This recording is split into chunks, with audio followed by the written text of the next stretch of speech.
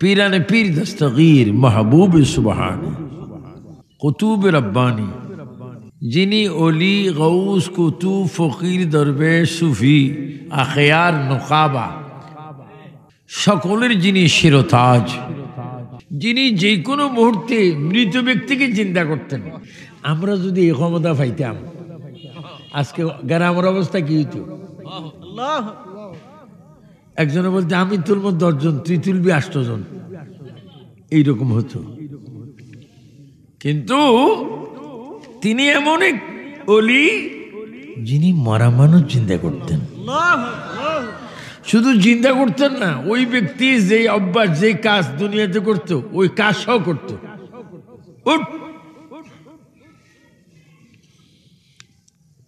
তিনি হচ্ছেন কাদরিয়া চিশতিয়া নকশবন্দিয়া মুজাদ্দিদ তরিকার রূহানি ইমাম সুবহানাল্লাহ যিনি খোদার কসম আমি নিজেই ওনার দরবার থেকে খেলাফত পেয়েছি সুবহানাল্লাহ এবং আমার খেলাফতের ধারণ ছিল আমার কাগজটা খেলাফতটা ছিল গৌসবাগের মাজারের ভিতরে গৌসবাগের কদমে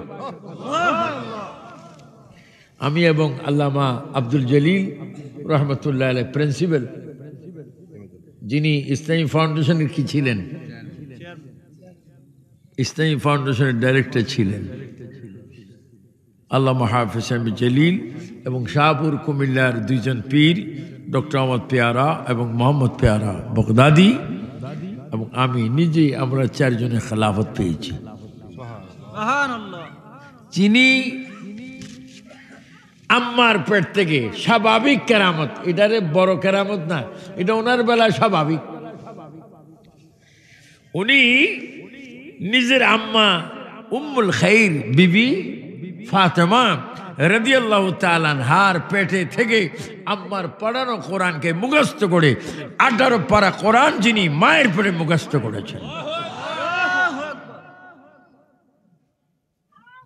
আমি শুধু শুধু ভূমিকা যদি করি তাহলে ভূমিকা আমার মৌত পর্যন্ত করা যাবে কিন্তু আমি বেশি ভূমিকাও দেব না বেশি কথা বলবো না আগে যিনি ওয়াজ করেছেন উনি ছিলেন আমাদের বর্তমান আহলে সুন্নাত বাংলাদেশের মাননীয় চেয়ারম্যান এবং আমি হচ্ছি দ্বিতীয় কো চেয়ারম্যান কিন্তু চেয়ারম্যান আর কো চেয়ারম্যান এক জায়গায় এসে ওয়াজ করা এটা আমাদের ভাগ্যের ব্যাপার আপনাদের ভাগ্য না এটা আমাদের ভাগ্যের ব্যাপার উনি আসলে চিটাং থেকে এসে মাহফিল করেছে কালকে ওনার কি অনেক বড় মাহফিল কালকে আমার মাহফিল কোথায় জানেন কক্সবাজার মশখালী কিন্তু আমাকে আবার প্রোগ্রাম আছে একটু ঢাকায় গিয়ে একটু চিকিৎসা করব কালকে আবার কক্সবাজার প্রোগ্রাম কিন্তু আজকে এসে আমার খুব ভালো লাগছে যে এখানে আজকে যে মাহফিলটুকু হচ্ছে এটা গৌসবাগের ফাতিহা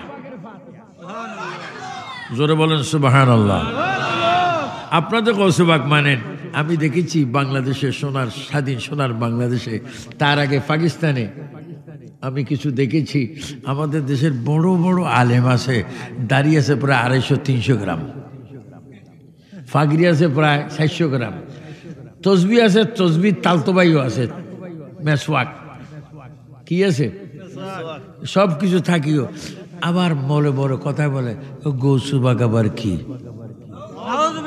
আরে বেটা গৌসবাগ বুঝলি তো তুই ফাঁক হইতে হবে তুই তো না ফাঁক তোর জন্ম না ফাঁক তোর কলবে শয়তান প্রস্রাব করছে বলেন আমরা গৌসবাগ চাই কি চাই না দুই হাত তুলে বলেন চাই কি চাই না 3 বার বলেন ইয়া গৌসবাগ আরো জোরে বলেন মুহাব্বতে বলেন গৌসবাগ এখনো আছে কিনা তিনি কি বলেন নজর তুইলা বেলা দিল্লা হিজামান কাহার দলাতিল আলা হুকুম ইত্তিসালি আমি বাগদাদের জমিন থেকে মাজার শরীফ থেকে তোমাদেরকে হাতে তালুতে তীরের মতো আমি দেখতে আসি সুবহানাল্লাহ তিনি গৌসে পাক আর তুমি দৌড়া ফাস মাঝে মাঝে মাইকে শুনি ও শায়েখুল ইসলাম ইসলামের শায়েখ বড় সাইকেলের সেন কোটা সিনসনি গৌসবাগ মানুষ না তিনি আম্মার পেটে যেমন কোরআন শরীফ পড়েছেন, তো 30 পারার থেকে 18 পারা যদি আম্মার পেট থেকে পড়ে, আর কয় পারা? 30-এর আর কত? ওনার আব্বাজান আবু সালে মুসা জঙ্গি রহমতুল্লাহ আলাইহি, ওনার কবর আমি 3 বার জিয়ারত করছি। উনি সুফি ছিলেন, দরবার ছিলেন, সবসময় কোরআন শরীফ পড়তেন। আমাদের ইমাম যিনি আবু হানিফা, যিনি ইরাকে শুয়ে আছেন, ইমাম আজম আবু হানিফা, উনি ওনার যে কবর হয়েছে, ওই কবরে বসে বসে ইন্তেকালের পূর্বে মাজারে যাওয়ার আগে উনি নিজেই ওনার কবরের জায়গাতে 60,000 কোরআন খতম করেছেন। ইমাম আজম। তো ওনার আব্বা আবু সালে মুসা জঙ্গি বলে, বাবা তুমি তো 18 পারা কোরআন শরীফ আম্মার পেটে পড়েছো, তোমার আম্মার পেটে, আর বাকি 12 পারা কোথায়? কই দিকে আসেন। বাবাকে ডাক দিলেন, হুজুরকেও ডাক দিলেন। হুজুর, আমি দি কোন মাদ্রাসায় পড়েছি যেখানে ওস্তাদ নাই, যেখানে মেজ নেই, টেবিল নেই, টুল নেই, চেয়ার নেই, শিক্ষক নেই, প্রভাষক নাই, মাস্টার নাই, কিচ্ছু নেই, আসেন আমি একটু দেখাই। আব্বা এবং ওস্তাদকে বললেন, আমার আঙ্গুল বরাবর ওয়াবানাইনা ফাওকাকুম সাবআন শিদাদা, তিনি বললেন আসমানের দরজাগুলো খুলে গেল, লৌহ মাহফুজ দেখা যাচ্ছে। গৌসে পাক বলে, আমি বাগদাদের জমিন থেকে চোখটা আর লৌহ মাহফুজে রেখে বাকি কোরআন শরীফ আমি এক্ষুনি পড়ে দিচ্ছি, আপনারা দেখেন। লৌহ মাহফুজ দেখে উনি ওরা দেখতেছেন কোরআনের আয়াত দেখা যাচ্ছে, আর গৌসে পাক জমিন থেকে বাকি 12 পারা পড়ে দিয়েছে। কোন গৌসে পাক? যে গৌসে পাকের স্মরণে আজকের মাহফিল। তিনি, তার বাগিনাও খুব চমৎকার। আমাদের দেশে বাগিনায়, অনেক বাগিনায় গুলিফ খায়, আর মামায় বেনসন খায়, আর গৌসুবাগ মামা, আর খাজা গরিবে নওয়াজ বাগিনা। সুবহানাল্লাহ। মামা ওলি, বাগিনা ওলি। আর আমাদের দেশে মামা কি খায়? গুলিফ, বাগিনা খায় বেনসন। টেনশনের কোনো শেষ নেই। যে খাজা গরিবে নওয়াজ গৌসে পাকের বাগিনা। আমি গত মাসে, গত জানুয়ারির 4 তারিখ গিয়েছিলাম ভারতে, 19 তারিখ পর্যন্ত ছিলাম, পরে 12-13টা প্রোগ্রাম করেছি ভারতে। খাজা গরিবে নওয়াজ ওনার মামা, এবং তিনি কে জানেন, যার কথা আমি কিছুক্ষণ পরে বলবো, তিনি মাশুকি সুরতে। কি সুরত? মাশুকি সুরত, মানে না জিন না ইনসান, ইনসানও না জিনও না। তিনি মাশুকি সুরতে রুহ জগৎ থেকে আমার নবীর সাথে সাক্ষাৎ করে নিজের মাশুকি সুরতের কাঁধে করে নবীকে, আল্লাহর হাবিবকে, গৌসে পাক আরশ আজিম পর্যন্ত পৌঁছায় দিয়েছেন।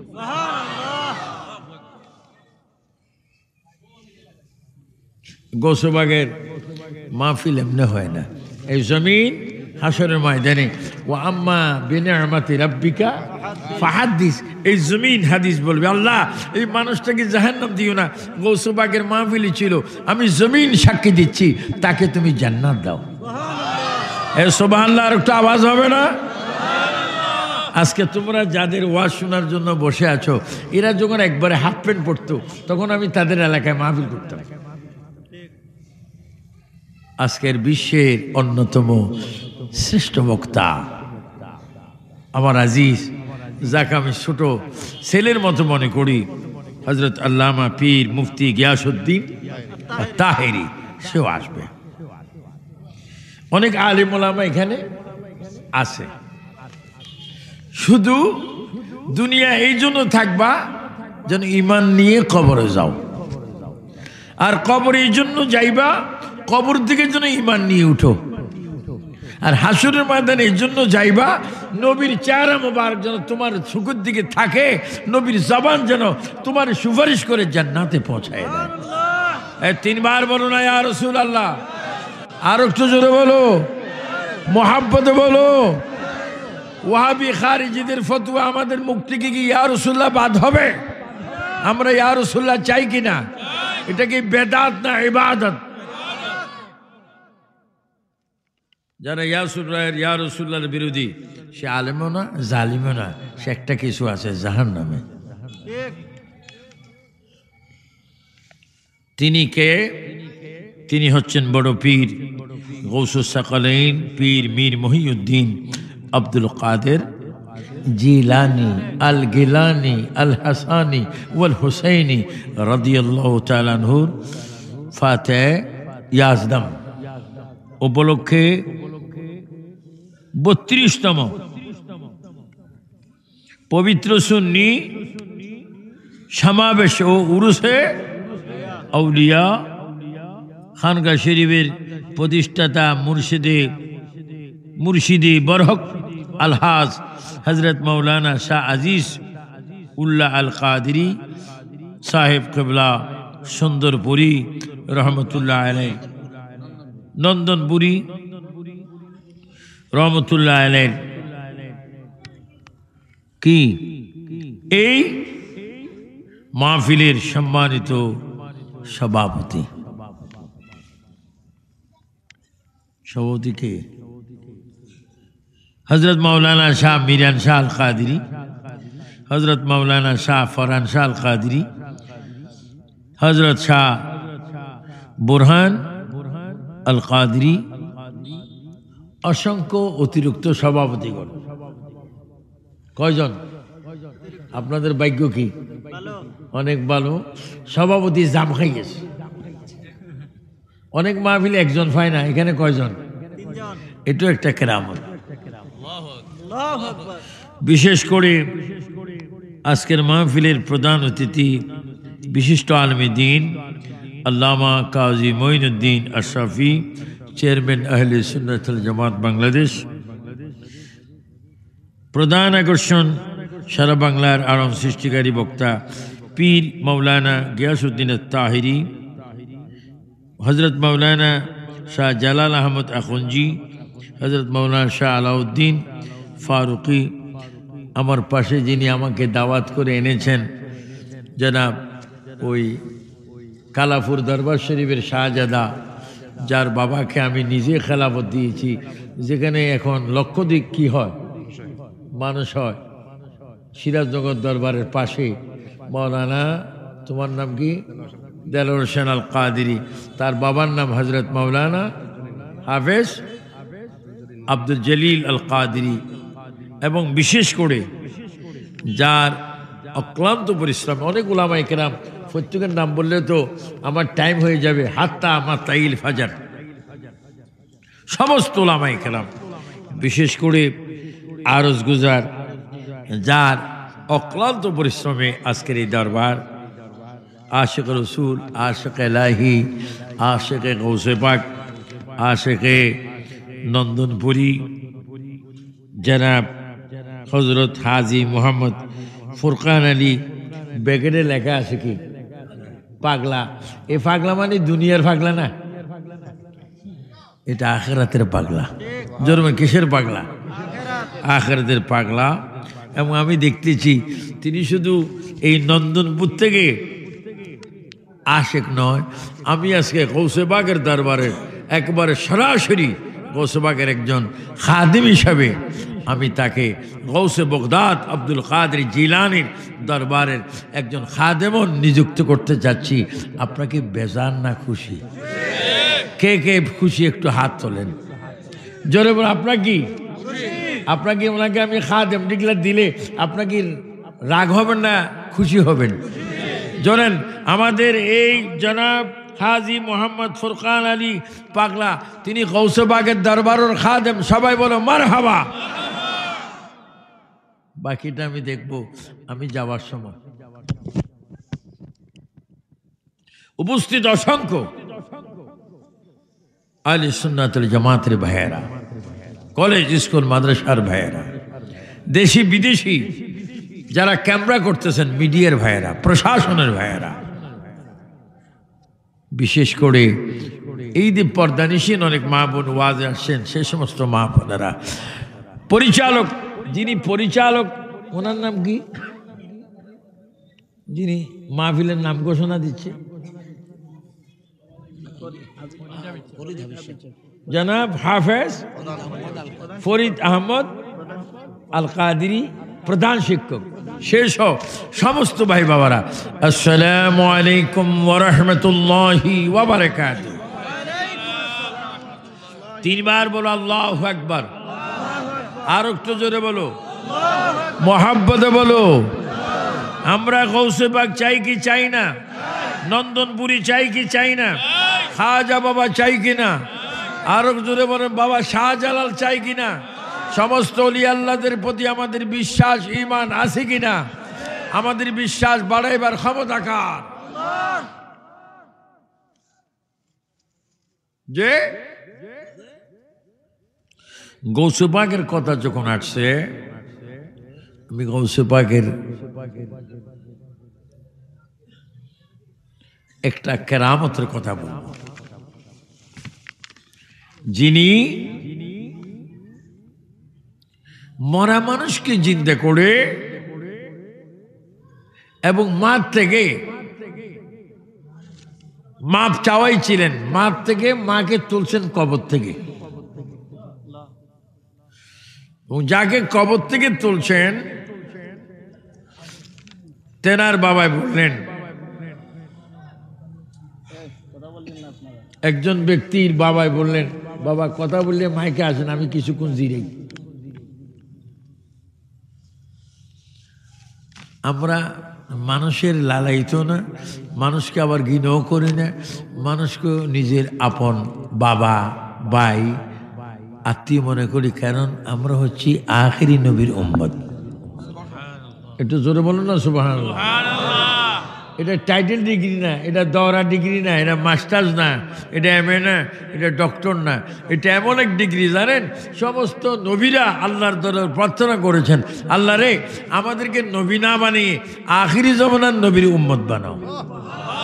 সুবহানাল্লাহ। আর একটু জোরে বলেন, আপনার আখিরি নবীর উম্মত হয়ে কি খুশি না বেজার?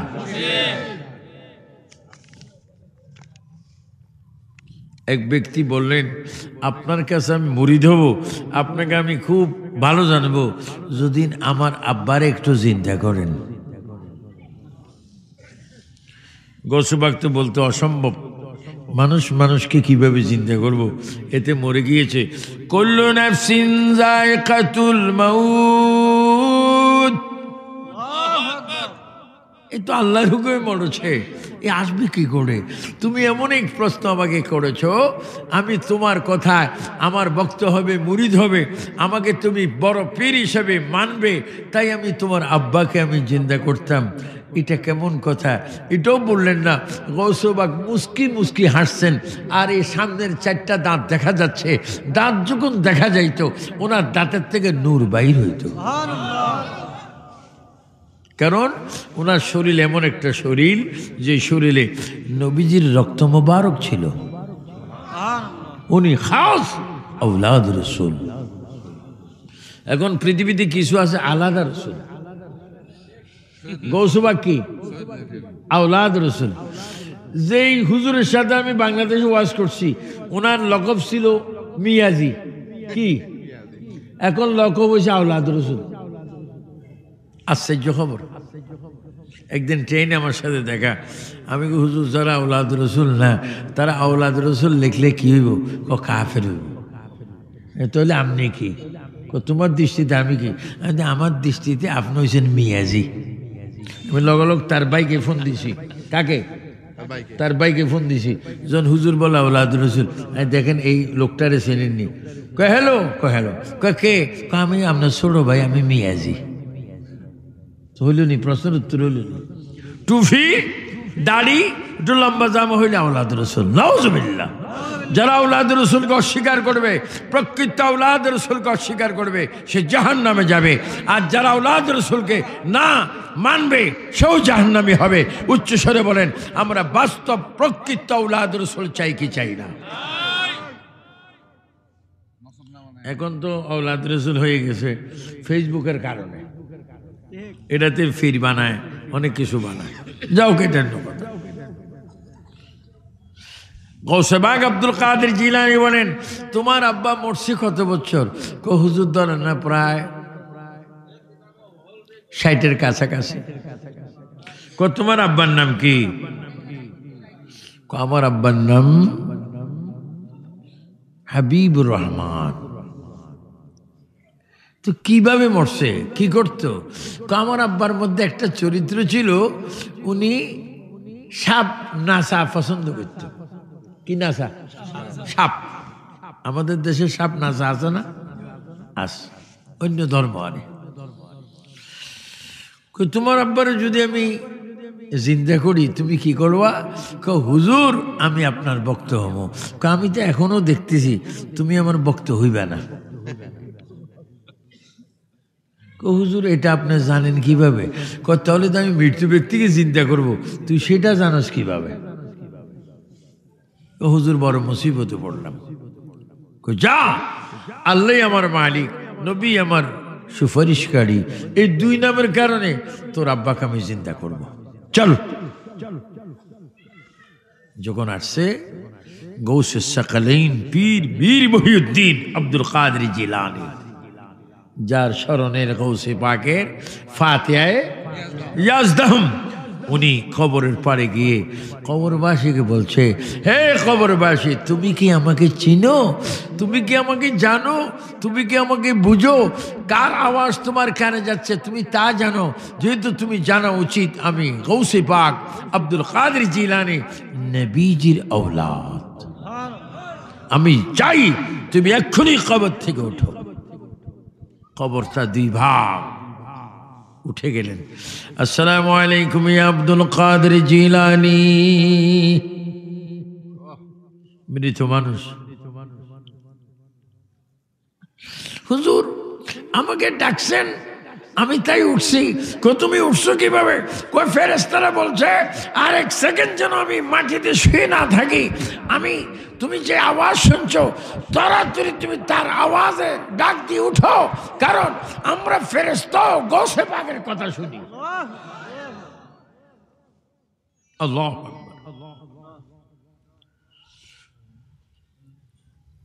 তুমি তোমার এটাকে চেনো? আমার ছেলে। তো তোমাকে চিন্তা করলে আমার বক্ত হয়ে বলেছে, হুজুর আমার তো মনে হয় সে বক্ত হবে না। তুমি এ কথা কিভাবে বলছো? আপনার চেহারা মোবারক দেখে বলছি। তো ওই ব্যক্তিকে বললেন, তুমি কি আমার বক্ত হয়েছো না হবে না চিন্তা করবে? হুজুর আপনি কিভাবে মরা মানুষ চিন্তা করলেন? এটা গৌসে পাকের জবান নয়, এটা কুদরতি আল্লাহর জবান, এটা নবীর জবান।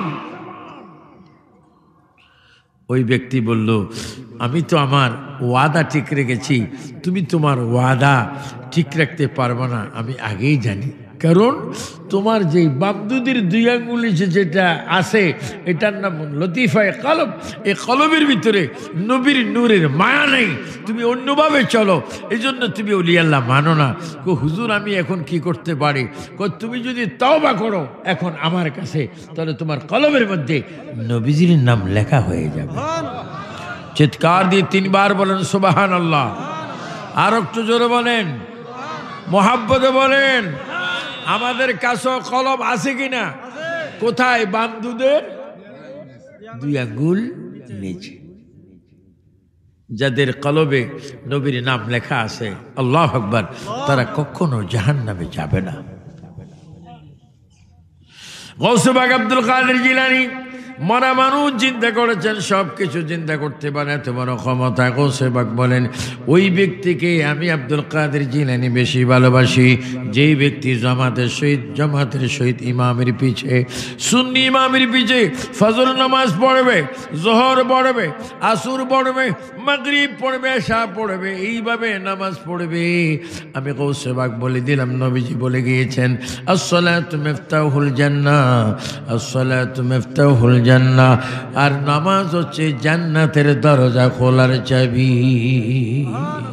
নামাজ বেহেশতের দরজা খোলার চাবি। যারা আমার তরিকায়ে কাদিরে পছন্দ করবে, আমি গৌসে পাক বাগদাদের জমিন থেকে বলছি, মসজিদে তোমরা 5 ওয়াক্ত নামাজ পড়ো। ইন্নাস সালাতা তানহা আনিল ফাহশাই ওয়াল মুনকার। তুমি যদি নামাজ পড়ো, নামাজ তোমাকে সমস্ত খারাপ কাজ থেকে বিরত রাখবে। আর রাসূল বলেন, আসসালাতু মিফতাহুল জান্নাহ, এই নামাজ হয়ে যাবে জান্নাতের দরজা খোলার চাবি। সুবহানাল্লাহ, একটু জোরে বলেন না। আমরা জান্নাতের চাবি চাই কি চাই না? জান্নাতের চাবি তৈরি হয় কোথায়? নামাজ কোথায় হয়? কোন মসজিদে? বাইতুল মুকাররমে? কোথায়? এটা গ্রামের নাম কি? এই প্রতাপী গ্রামও কি আছে? মসজিদ আছে। এজন্য আমি আপনাদের আজকের মাহফিলে বলবো, গৌসে পাকের ফাতিহা শরীফ থেকে, নন্দনপুরীর এই প্রতিষ্ঠার এই মাহফিল থেকে, আমি আমার ফুরকান আশিক রাসূলের মাহফিল থেকে আপনাদের কাছে অনুরোধ, আহলে সুন্নাত ওয়াল জামাত ইউএসএ আমেরিকার প্রতিষ্ঠাতা চেয়ারম্যান হিসাবে, লন্ডনে আহলে সুন্নাত ওয়াল জামাতের প্রতিষ্ঠাতা চেয়ারম্যান হিসাবে, জেদ্দায় আহলে সুন্নাত ওয়াল জামাতের প্রতিষ্ঠাতা খাদেম হিসাবে, বাংলাদেশের একজন আদানা কো চেয়ারম্যান হিসাবে আপনাদের পায়ে ধরে আহলে সুন্নাত ওয়াল জামাত বাংলাদেশের পক্ষ থেকে অনুরোধ করছি, বলো আমরা 5 ওয়াক্ত নামাজ চাই কি চাই না? ডান হাত তুলে বলো, চাই কি চাই না? বলো, নামাজ পড়ে আমরা সাজদা দিব কাকে? আর একটু জোরে বলো, কাকে? নামাজ কবুল করার মালিককে। আর কোন নামাজ? যেই নামাজের ভিতরে পৃথিবীর মানুষকে সালাম দেওয়া হারাম, আর আমার নবীকে সালাম দেওয়া আরাম। আমরা নবীকে নামাজে সালাম দেই না। এশার নামাজ হবে তো আমার ওয়াজের পড়ে, আমরা নবীকে কিভাবে সালাম দিই? আল্লাহ বলে, ও বান্দারে, তুমি ওযু বানিয়েছো, ওযু বানিয়ে দিকে তুমি একটা দোয়া পড়েছো, আলহামদুলিল্লাহ আলা দীনিল ইসলাম ওয়াল ইসলামু হাক্কুন ওয়াল কুফরু বাতিলুন ওয়াল ইসলামু নূরুন ওয়াল কুফরু যুলুমাত। এই বান্দা, তুমি নামাজ পড়েছো, ওযু বানাচ্ছো, সবকিছু করেছো, এখন নামাজের মুসল্লার মধ্যে তুমি দাঁড়িয়েছো। নামাজের মুসল্লা হচ্ছে ফুলসেরাত, ডাইনে হচ্ছে জান্নাত, বামে হচ্ছে জাহান্নাম, আর পিছে হচ্ছে মালাকুল মউত, সামনে হচ্ছে আমি আল্লাহ। ও বান্দা, তুমি নামাজ পড়তে এসেছো, সূরা ফাতিহা পড়বে, সংযুক্ত একটা সূরা লাগাবে, এইভাবে তুমি নামাজ পড়বে। এ বান্দা, তোমাকে আমি ডাক দিচ্ছি, তুমি বান্দা বড় সাবধান, নামাজ বড় সতর্কের মধ্যে পড়ে। ওযু বানাইছো আমার জন্য, মসজিদে ঢুকেছো আমার জন্য।